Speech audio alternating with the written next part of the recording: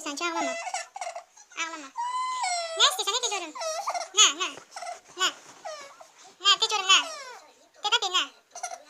Ne varım telefonu. Ne varım. Açılmır da xarab olmuş. Xarab eləmişsən Zəhra. Baxıyorum. Zəhra. Bunun zalitkası təmiz qutarı zalitkası yoxdur. Hə? Hə qoymuşsan. Hə qoymuşsan çoxlu. Hə? Ne olsa zalitkaya koymuşam ama o kadar oynattın. Axırı ucu xarab oldu. Təmiz sönübdür. İndi açılmır. Düz otur. Ağlama. Zəhra.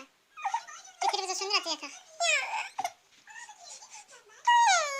Dua eləməzsən. Nəyə görə? Nə?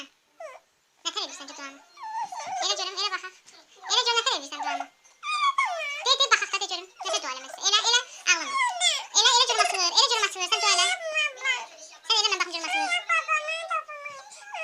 Qoy görək yaxşı, sən dua elədin. Allah babaya dua elədin. Qoy görək açılacaq.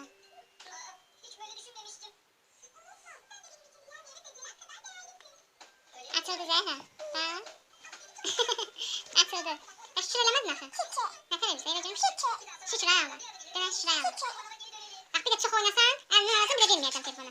Azca oyna 15 dəqiqə. Ondan sonra qaytar özümü. Odur. Söz versən mənə.